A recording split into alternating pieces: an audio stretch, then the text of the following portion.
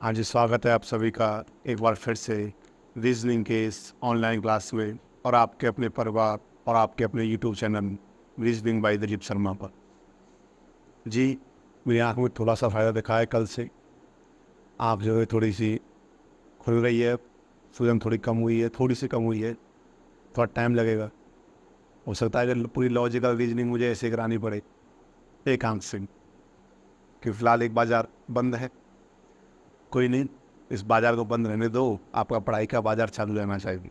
इस बाज़ार से ना तो आपको कुछ करना है, ना ही मुझे कुछ करना है, हमें तो अपने पढ़ाई के बाज़ार से करना है। तो पढ़ाई का बाज़ार चालू रहना चाहिए, बाकी ये बाज़ार बंद रहे कोई दिक्कत नहीं है, ये बाज़ार भी धीरे-धीरे चालू हो जाएगा। 1-2 दिन में कल सूजन ख़त्म ही हो जाए या आपसे कल मुलाकात होगी तो मे बी पॉसिबल कि सूजन रहे ही ना, मे बी पॉसिबल थोड़ी-सी और रह जाए या फिर बढ़ जाए, क्या पता क्या हो जाए। जीवन एक संघर्ष है, ठीक है? अच्छा, सबसे पहले जो मैं शुरुआत कर रहा हूँ, आज 15 अगस्त 2023 आज़ादी का एक महत्वपूर्ण दिन। एक हंसी आपके चेहरे पर और एक गम आपके दिल में होना चाहिए। हंसी क्यों? क्योंकि हम आज़ादी से हैं आज। और गम क्यों? क्योंकि आज इस आज़ादी के लिए जाने कितने क्रांतिकारी शहीद हुए थे, न जाने कितनों को फांसी हुई थी, न जाने कितने कितने क्रांतिकारियों को जेल में रहना पड़ा। बहुत संघर्ष किए हमारे पूर्वजों ने, तब जाकर हमें ये आज़ादी 1947 में मिली। यदि आप इतिहास के छात्र रहे हो, आपको पता हो कि हमारा देश 1192 1192 में जब हमारे पृथ्वीराज चौहान मोहम्मद गौरी से पराजित हो गए थे, तब हमारा देश गुलाम बना था और 1947 में आज़ाद हुआ था। तब से 1192 से और 1947 लगभग 800 साल हमारा देश गुलामी रहा। इस गुलामी की बेड़ियों में जकड़ा रहा हमारा देश। कभी मुगलों ने,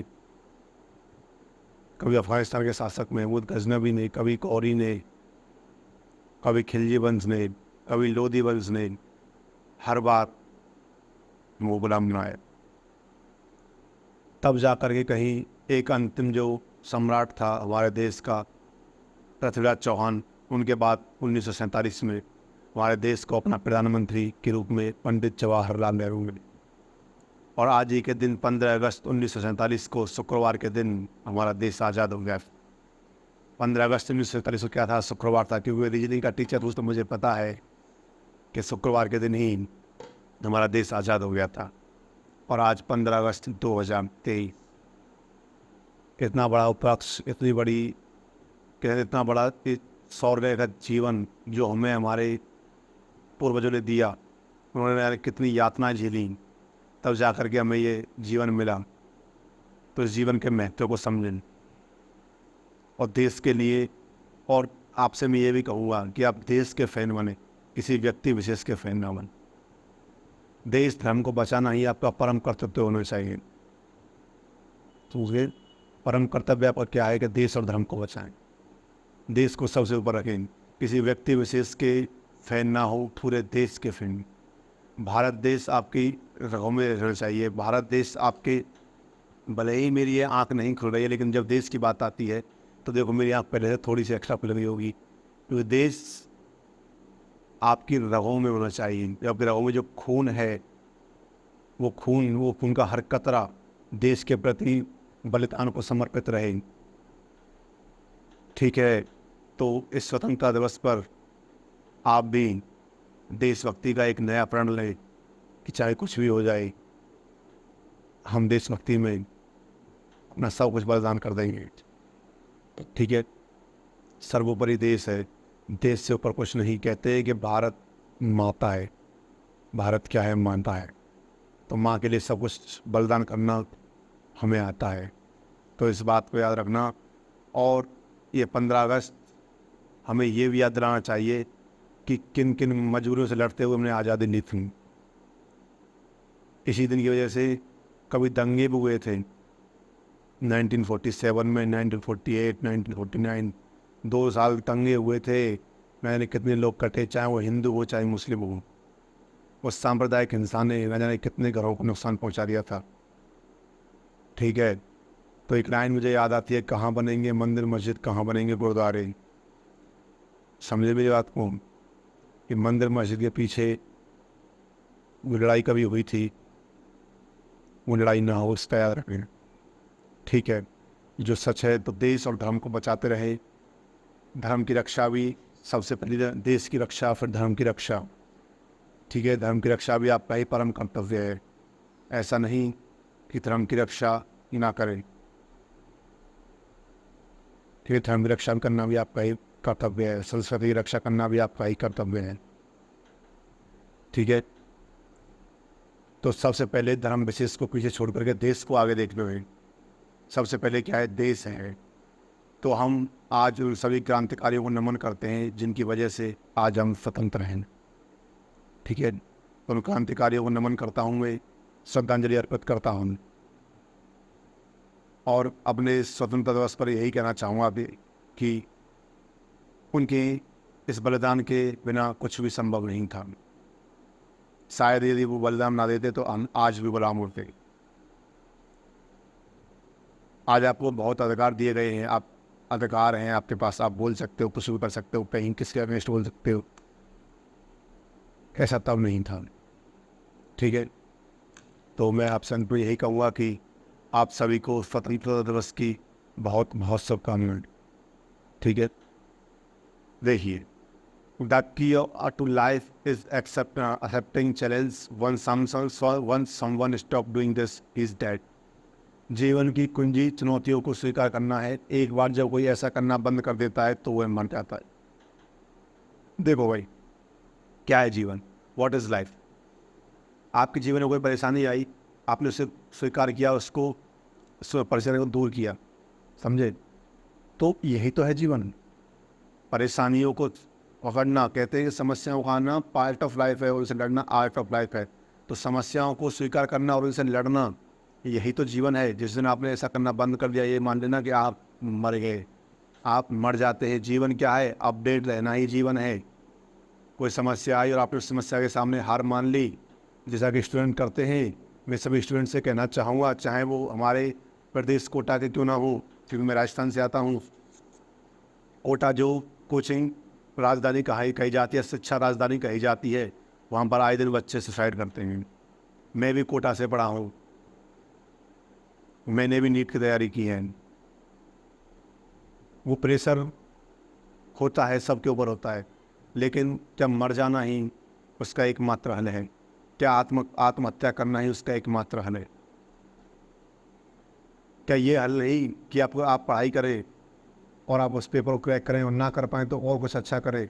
क्या केवल आईआईटी और नीट ही जीवन रह गया? मैं तो ये कहना चाहूँगा, या ये कहूँगा, क्या आईएएस या आईपीएस ही जीवन रह गया, यूपीएससी? जीवन मेरा बहुत बड़ा है। मैं बैंक पी और एसएससी सीजीएल इंस्पेक्टर तक मैं अपने आप को नहीं कर सकता कि वहीं तक पहुँचूंगा तो ही जीवन है। जीवन तो बहुत बड़ा है मेरे भाई, जीवन जीने आना चाहिए। जीवन जीने में कठिनाई नहीं होती यदि आपको जीना आता है। तो आत्महत्या किसी भी समस्या का समाधान नहीं है। जीवन में जो समस्याएं आ रही हैं वो स्वीकार करें और स्वीकार करके आगे बढ़ें। पर यदि आप उस समस्याओं से पीछे हटते हो तो इसका मतलब आप मर जाते हो। आप जिंदा रहकर भी मर जाते हो। और जो लोग आत्महत्या करते हैं वो तो खुद तो जाते ही हैं, साथ में अपने माता पिता का नुकसान भी करके जाते हैं। तो ये चीज़ें हैं जो याद रखने योग्य हैं। तो याद रखी जाएँ तो ज़्यादा बढ़िया है, याद रखी जाए तो ज़्यादा बढ़िया है। याद रखनी भी चाहिए आपको, क्योंकि वो माता पिता हैं जो आपके भरोसे बैठे हैं। इस बात को हमेशा याद रखना, इसे कभी मत भूलना। समझ गए मेरे भाई? चलिए,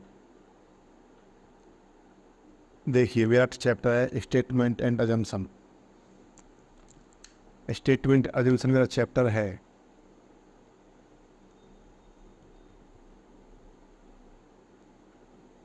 क्या है स्टेटमेंट? देखें, स्टेटमेंट और अजम्पशन, मुझे ये मानना है, जो स्टेटमेंट जो कथन है, सबसे पहली बात तो ये सत्य है, ठीक है। जो अजम्पशन है, अजम्पशन की बात सुने, अजम्पशन कह दूं या कह दूं पूर्व धारणा। भाई संभावना और पूर्व धारणा एक बात नहीं होती। कई टीचर्स ये कहते हैं कि अजम्पशन और संभावना एक बात है, नहीं, जो पहले से बनाने की धारणा है वो है पूर्व धारणा। देखिए पहली बात तो क्या, पहली बात तो बेटा ये है कि जो पूर्व धारणा जो कथन में अंतर्निहित होगी उसके चांसेस 98% वो है पॉजिटिव होती है, नेगेटिव नहीं। ये नेगेटिव होती है तो क्या हो जाएगी, वो गलत हो जाएगी। क्या हो जाएगी, गलत हो जाएगी। दूसरा क्या है बेटा, स्टेटमेंट्स के अगेंस्ट ना हो, या फिर कह दूँ क्या कह दूँ, एक वन बना उसमें ज़्यादा लिख दूँ आपको, ये नन लिख रहे क्या क्या होना चाहिए। देखो एक तो स्टेटमेंट के अगेंस्ट ना हो, अगेंस्ट स्टेटमेंट, ठीक है। एक लॉ के अगेंस्ट ना हो, अगेंस्ट टू द लॉ। तीसरा नेगेटिव, नेगेटिव ना हो, और 98% है भाई कि नेगेटिव नहीं होना चाहिए, ठीक है। 98% क्या है, को नेगेटिव नहीं होना चाहिए, बस ऐसा है। तीसरा वैसे कोई भी कठोर शब्दावली ना हो, जैसे कि क्या कि कोई नहीं, सभी, कभी नहीं, ये वाले नो, और कहने और कहते कट्टरपंथी बातें ना हो, कट्टरपंथी बातें ना हो, जिसमें जो अगेंस्ट होगा स्टेटमेंट के, जो अगेंस्ट होगा लॉ के, जो नेगेटिव होगा 90% चांसेस के भाई पूरा 100% चांस नहीं है, ठीक है। जो अगेंस्ट होगा लॉ के जो नेगेटिव होगा और इसमें कट्टरपंथी बातें होंगी, वो सभी कहाते हैं, वो सभी आते हैं अजम्पशन ऐसे होंगे जो इम्प्लिसिट नहीं होते। क्या नहीं होते, इम्प्लिसिट नहीं होते, वो कहाते वो इम्प्लिसिट नहीं होते, ठीक है भाई। सभी बात को यहाँ पर वर्ड रॉन्ग या राइट नहीं आता, इम्प्लिसिट वर्ड आता है, यदि आप वो उसमें अंतर्निहित है, इम्प्लिसिट आता है, ठीक है, यानी कि अंतर्निहित। क्या वर्ड आता है, अंतर्निहित, समझ गए भाई। क्या आपको बताना है कि कौन कौन सी पूर्व धारणा इसमें इम्प्लिसिट है और कौन कौन सी पूर्व धारणा इसमें इम्प्लिसिट नहीं है, ये आपको बताना होता है बेटा, ठीक है। कोई डाउट किसी को होना भी नहीं चाहिए, कोई डाउट किसी को भाई। तो इसमें क्या पूछता है आपसे कि ये इसमें इम्प्लिसिट है या नहीं, ठीक है बेटा, इम्प्लिसिट है या नहीं बताएं, लिखे इसको।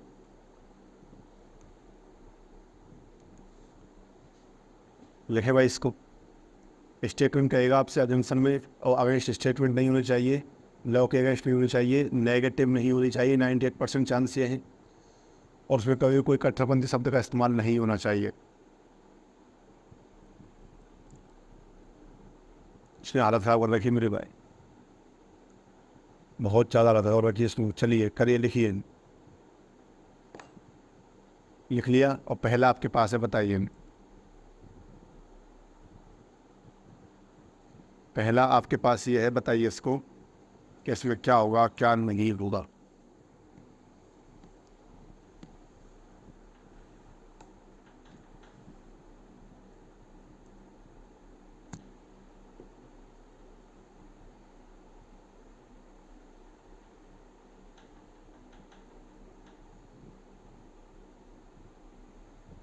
बताएं भाई। द गवर्नमेंट रिसेंटली अनाउंस, जिसको नहीं दिख रहा है उसलिए बोल रहा हूँ मैं, वैसे मैं हो सकता है, एक मिनट रुको, अपने आप को गायब भी कर देता हूँ।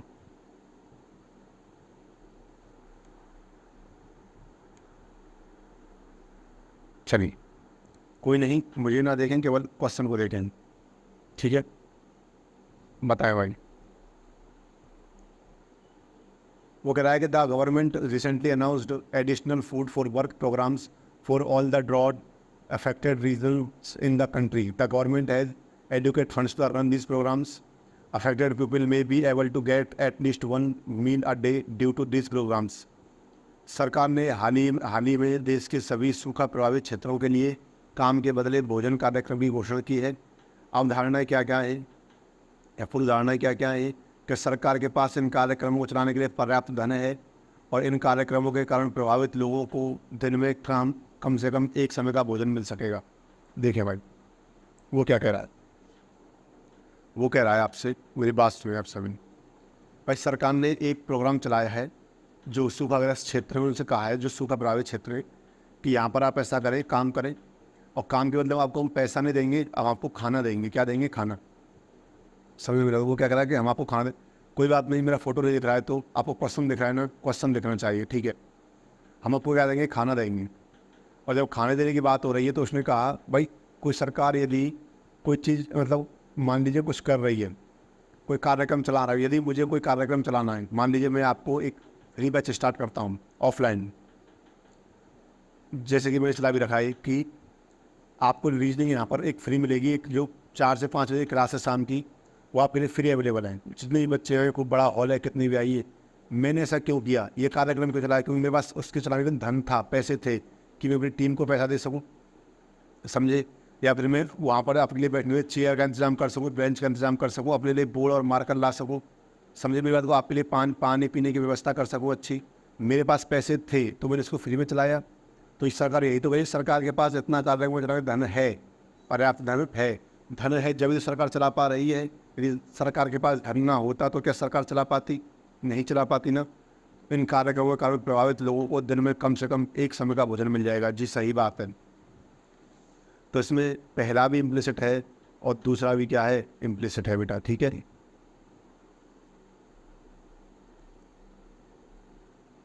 तो इसमें पहला भी इम्प्लिसिट है, पहला भी इम्प्लिसिट है और दूसरा भी इम्प्लिसिट है, कह सकते हैं बोथ आर इम्प्लिसिट। दोनों ही क्या हैं, अंतर्निहित हैं, ठीक है। हिंदी वाले के लिए लिख दिया है मैंने, इंग्लिश वालों को लिख दिया है। लिखें भाई सरकार कोई कार्यक्रम चला रही है, उसके पास पैसा होगा, सीधी सी बात है। मुझे कोई कार्यक्रम चलाना है फ्री में तो मेरे पास पैसा है तभी तो चला पा रहा हूँ, और नहीं तो नहीं चला पाता, नहीं तो नहीं चला पाता। लेकिन अब क्यों चला, मेरे पास पैसा है, लिखें इसको, मेरे पास पैसा है तो मैं चला पा रहा हूँ भाई, और नहीं होता तो नहीं चला पाता, ठीक है। लिखें इसको, ये बिल्कुल, देखो आपके लिए पीडीएफ भी मिल जाएगी, आप चाहें तो स्क्रीनशॉट भी ले लिया करें, आपको पीडीएफ भी मिल जाएगी, आपको कोई दिक्कत नहीं है इसकी, ठीक है। लेकिन हाथ से लिखोगे तो आपको थोड़ी संभावना बन जाती है, आपको नोट्स बनते हैं, आपको दिमाग में रहती है चीज़ें, यही है और ज़्यादा कुछ है नहीं। अगला क्वेश्चन देखें, इसको लिखें, अगला क्वेश्चन आता है पेन पे भाई।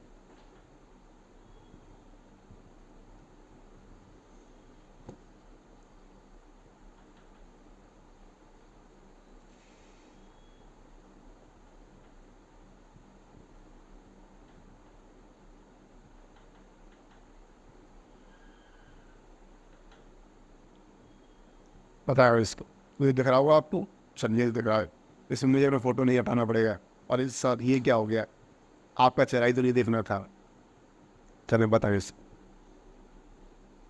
अच्छा इसमें क्या करना भाई, देखो मैंने क्या किया, इसमें जो लेटर्स का जो फंट साइज़ है, जो फंट साइज़ है उसको छोटा कर दिया है, जिससे कि पूरा क्वेश्चन पैनल पे आ सके। तो आपको क्या करना है, क्वालिटी बढ़ा के देखना, 360 या 720 में देखना, आपको आराम से दिखेगा, ठीक है। ये नहीं कि 240 और 144 में देखो, आपको 360 या 720 देखना पड़ेगा, आपको आराम से देखेगा। A car had driven off the road and hit a tree. The road was not good. The driver was efficient enough. He had driven the car from last 15 years. Assumptions क्या हैं? The accident occurred due to driver that there was a mechanical fault in the car. एक car सड़क से उतरकर एक पेड़ से टकरा गई, सड़क अच्छी नहीं थी, ड्राइवर काफ़ी कुशल था, वह पिछले 15 साल से कार चला रहा था। बताइए भाई, एक मिनट है आपके पास।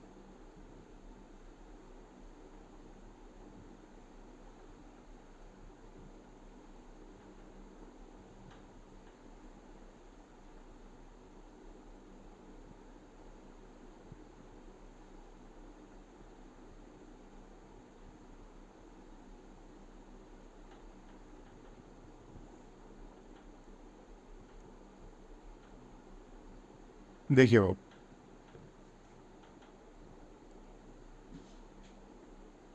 देखो एक कार है जो सड़क से उतरकर पेड़ से टकरा गई है, सड़क अच्छी नहीं थी, ड्राइवर काफ़ी कुशल था, और पिछले 15 साल से कार चला रहा है। क्या ये पॉसिबल है कि दुर्घटना ड्राइवर के कारण हो जाए? जब वो पिछले 15 साल से कार चला रहा है तो आपको पता है कि उसे एक्सपीरियंस होगा। जैसे मान लीजिए मैं पिछले 3 साल से पढ़ा रहा हूँ यहाँ पर, ठीक है, तो पिछले 3 साल से मैं पढ़ा रहा हूँ, मुझे 3 साल से पढ़ा रहा हूँ, तो क्या ऐसा हो सकता है भाई कि मैं आपको गलत पढ़ा दूँ? सुनना मेरी बात को, क्योंकि मुझे 3 साल का अनुभव है, तो ऐसे उसे गाड़ी चलाने का 15 साल का अनुभव है। तो ड्राइवर के कारण तो घटना नहीं हो सकती, सीधी सी बात है, क्योंकि मुझे अनुभव है 15 साल का चलाने का, वह 15 साल से कार चला रहा है, तो ड्राइवर के कारण तो घटना हो ही नहीं सकती। दूसरा, उसने कहा है कि सड़क अच्छी नहीं थी, उसने पहले ही कह दिया सड़क अच्छी नहीं थी, यानी ड्राइवर है वो संभल के चला रहा होगा। लेकिन इस बात को याद रखें, दूसरा वाला सही क्यों होगा, दूसरा इम्प्लिसिट क्यों होगा कि there was a mechanical fault in the car, कि कार में मैकेनिकल खराबी आ गई है। जी बिल्कुल, हो सकता है ब्रेक ख़त्म हो गए हो सकता है उसका कुछ रेस उसकी ज़्यादा खिंच गई हो, कुछ भी हो सकता है, लेकिन उसमें कोई मैकेनिकल खराबी आ चुकी है तभी एक्सीडेंट हुआ है। इस बात को जितना अच्छा समझो उतना अच्छा समझ लेना कि क्योंकि उसने कहा था, कथन में ही कह दिया था उसने क्या, कि रोड तो ख़राब है, और रोड ख़राब, ड्राइवर अच्छे से चला रहा होगा, लेकिन कोई ना कोई मैकेनिकल या टेक्निकल फॉल्ट आया है, जिसकी वजह से क्या है, ये ख़राब हो गई है, जिसकी वजह से गाड़ी ख़राब हो गई और पेड़ से टकरा गई। तो कहेंगे कि इसमें ओनली सेकंड इम्प्लिसिट, केवल दूसरा ही अंतर्निहित है। ओनली सेकंड इज इम्प्लिसिट, केवल दूसरा ही अंतर्निहित है। लिखे इसको,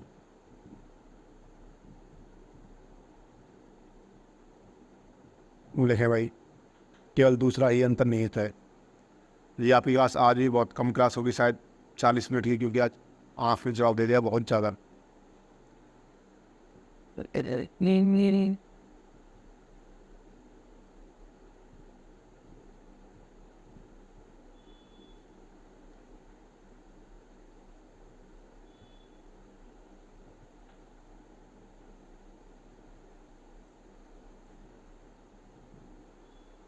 देखिए अगला क्वेश्चन करें भाई।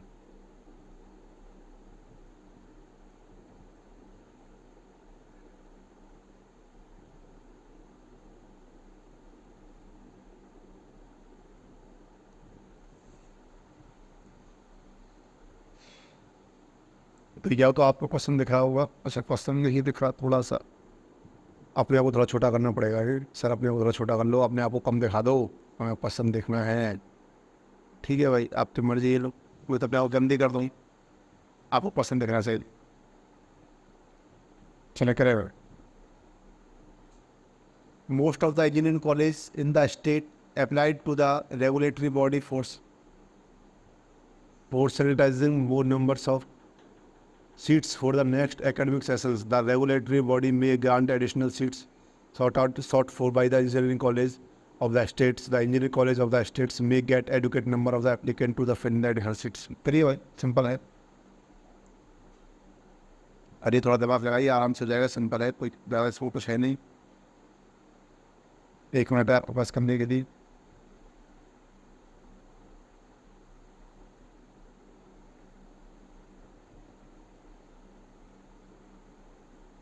करें।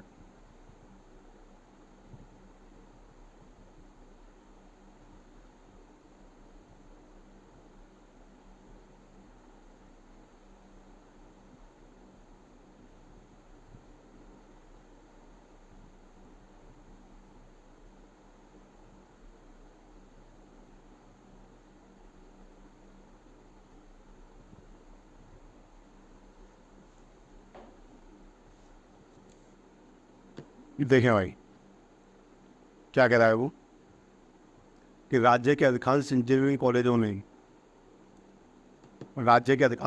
कॉलेजों ने अगले शैक्षणिक सत्र के लिए अधिक संख्या में सीटों की मंजूरी के लिए नियामक संस्था को आवेदन किया है। नियामक धारणा क्या है कि नियामक संस्था राज्यों के इंजीनियरिंग कॉलेजों के द्वारा मांगे अतिरिक्त सीटें दे सकती है। राज्य के इंजीनियरिंग कॉलेजों को अतिरिक्त सीटें भरने के लिए पर्याप्त संख्या में आवेदन मिल सकते हो। देखिए भाई, उसने कहा है कि एक स्टेट के जो इंजीनियरिंग कॉलेज, उन्होंने कहा कि भाई अगले शैक्षणिक सत्र में मुझे अधिक सीटें चाहिए, क्यों, मेरे पास फैसिलिटीज़ ज़्यादा है, मेरे पास सीट्स ज़्यादा है, मेरा कॉलेज कैंपस बड़ा है, मुझे अधिक सीट चाहिए। ठीक है, उसने ऐसा आवेदन किया है। तो 2 धारणाएं बनती हैं। पहली क्या है कि नियामक संस्था राज्यों के इंजीनियरिंग कॉलेजों द्वारा मांगी गई अतिरिक्त सीटें दे सकती है। जी बिल्कुल दे सकती है, जी बिल्कुल, जब उसके पास पूरी सुविधाएँ हैं तो वो बिल्कुल अतिरिक्त सीटें दे सकती है, इसमें कोई दौराई नहीं है। समझे मेरी बात को, राज्य के इंजीनियरिंग कॉलेजों को अतिरिक्त सीटें भरने के लिए पर्याप्त संख्या में आवेदन मिल सकते हैं। जी बिल्कुल, जब उन्होंने कहा है कि सीटें बढ़ानी है, इसका मतलब कहीं ना कहीं उन्होंने देखा हो डिमांड ज़्यादा है, पर उन्होंने यही तो देखा होगा कि डिमांड ज़्यादा है, बच्चों के फॉर्म ज़्यादा आ रहे हैं, सीटें कम है, और तभी तो उन्होंने सीटें बढ़ाने के लिए आवेदन किया है। तो सीटें बढ़ जाएंगी तो उनको पर्याप्त संख्या में आवेदन भी मिलेंगे, भाई हर साल मिल रहे हैं, इस साल भी मिलेंगे, समझिए तो दोनों ही सही हैं, बोथ आर इम्प्लिसिट। क्या हो गया, दोनों ही क्या है बेटा, सही हैं, यानी बोथ आर इम्प्लिसिट।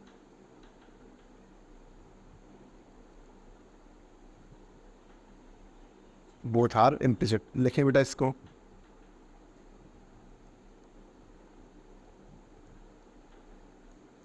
ठीक है, लिखे इसको भाई, बोथ आर, दोनों आएंगे, समझिए दोनों कैसे, उसने मांगा है तो निम्न भी मिलेगी और जो अतिरिक्त सीटें हैं उसके आवेदन भी पूरे भरे जाएंगे। ठीक है, तो बोथ आर क्या है, दोनों ही इम्प्लिसिट है, बोथ आर इम्प्लिसिट। जी बिल्कुल, इस बैच के अलावा आपको कहीं पढ़ने की आवश्यकता नहीं है, सिर्फ मॉक टेस्ट लगाते रहना या पर्सनल प्रैक्टिस करते रहना, आपको रीजनिंग में कोई नहीं रोकने वाला।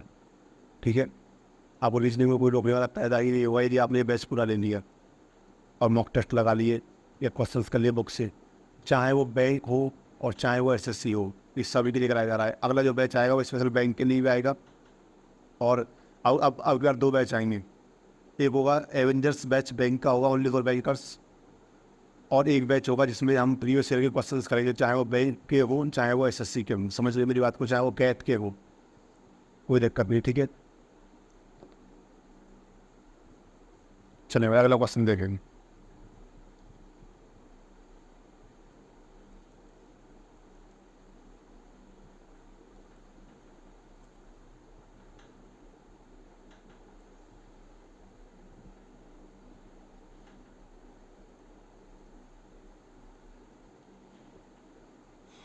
लिखे भाई इसको लिखूँ,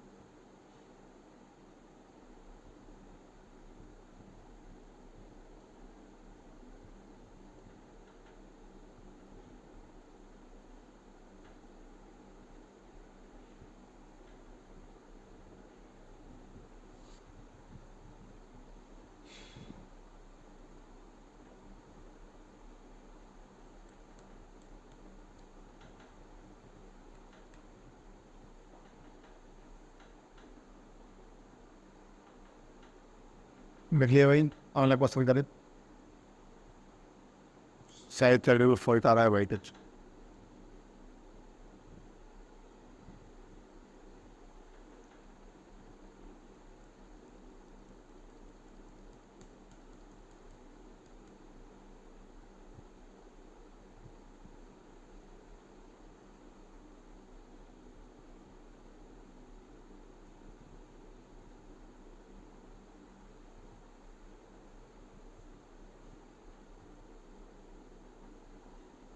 And you open it again.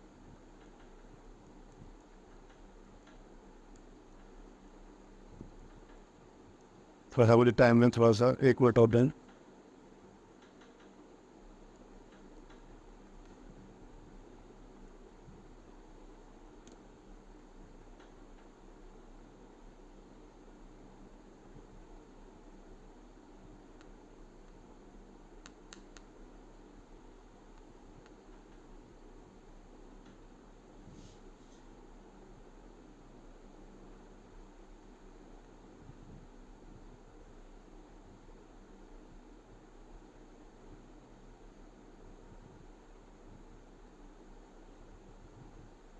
ये बात है तो बोलो भाई,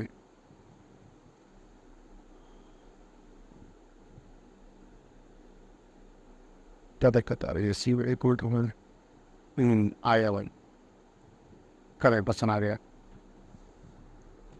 हिंदी बनाने 1 मिनट हो गया, हिंदी वाले और करेंगे ऊपर हिंदी वाले।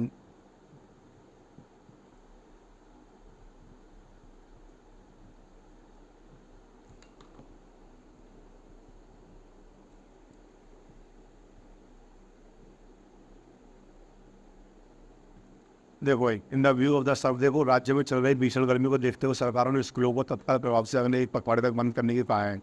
सरकार ने कहा कि भाई भीषण गर्मी चाहिए, ये हमेशा करते हैं कि अगले 15 दिन तक स्कूल को बंद कर देते हैं। ठीक है, अगले 15 स्कूल को बंद कर देते हैं। अब पूर्ण धारणा क्या है, अजम्पशंस क्या हैं, फिर 1 पखवाड़े के बाद गर्मी की लहर जारी नहीं रह सकती है। मेरी बात सुनना, इस बात को बहुत ही गौर से सुनना भाई। सर यदि कोई स्कूल ने निर्णय लिया है तो उसने कहीं ना कहीं से जानकारी ली होगी भाई, मौसम विभाग से जानकारी ली है कि ये जो गर्मी है, जो ये गर्मी की जो गर्म हवाएं चल रही है वो कब तक चलेंगी, तो मौसम विभाग ने कहा है कि भाई 15 दिन में ये ख़त्म हो जाएंगी। तभी तो उसने कहा कि 15 दिन की छुट्टी कर देते हैं भाई। तो पहला तो सही है, पहला तो सही इम्प्लिसिट है। तीसरे में छात्रों के माता पिता अपने बच्चों को एक पखवाड़े के बाद भी स्कूल जाने की अनुमति नहीं दे सकते। बेटा आजकल के माता पिता जो है, आजकल के छात्र हैं, वो छात्र माता पिता कहते हैं तुम स्कूल में ही रहो, घर पे तो आओ मत, घर पे तो आओ ही मत, तुम पारो स्कूल में ही रहो। और दूसरा क्या हो जाएगा, गलत हो जाएगा, दूसरा माता पिता का कोई रोल स्टेटमेंट में नहीं कहा है, तो कह सकते हैं only first is implicit, only first is implicit. So ये ओनली फर्स्ट इज इम्प्लिसिट, समझ गए भाई। तो केवल पहला ही इसमें क्या है, अंतर्निहित है। पेयर फैक्ट्स क्या हो रहा है, एक तो पेन और ऊपर से भाई साहब एक पशु उसमें यहाँ पर है।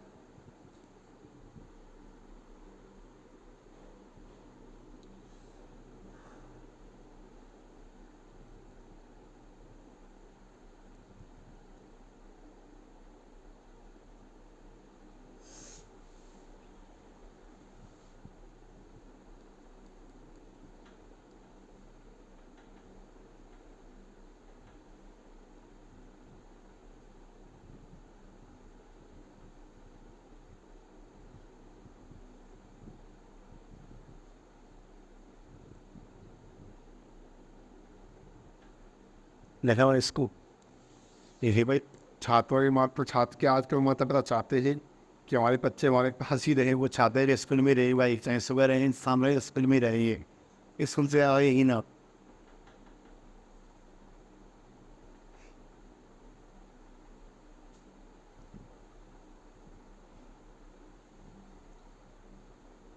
लिखे हुआ इसको, कभी समस्याएं आ रही हैं भाई, टेक्निकल फॉल्ट्स आ रहे हैं, ठीक है, तो आपको वेट करना पड़ेगा।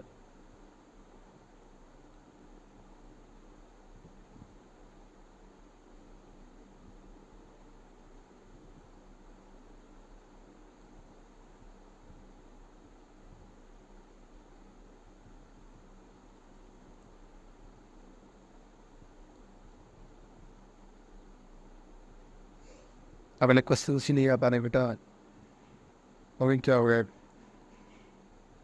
If I'm employed, English.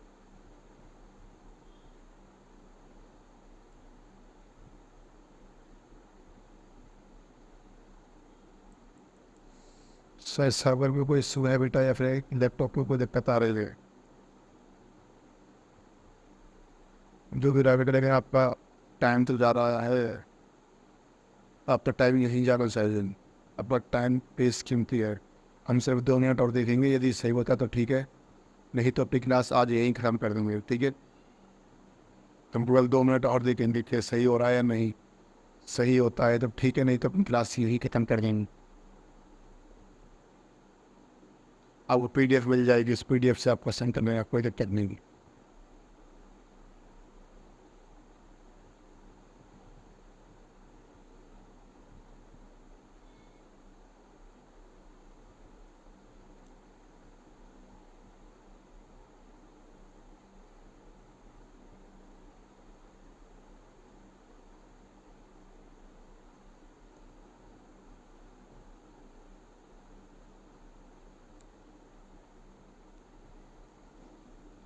It emailed me. You didn't quite like suicide. देखिए भाई, समस्या सही नहीं हो पा रही है, ठीक है। हम आपसे कल बात करते हैं, कल मुलाकात करते हैं नए टॉपिक के साथ। इस टॉपिक की PDF आपको मिल जाएगी, या इस टॉपिक को दोबारा मैं करा दूंगा, ठीक है। एक बार और देख लेते हैं क्या हो जाती है, सही नहीं हो पा रही बेटा, ठीक है। Thank you very much class, फिर आपसे मुलाकात होगी कल, सेम टाइम सेम जगह। और अपने स्वतंत्रता दिवस को मजबूत बनाएं और अपने छोटों के अंदर स्वतंत्रता की भावना भरें, ठीक है। Thank you very much class.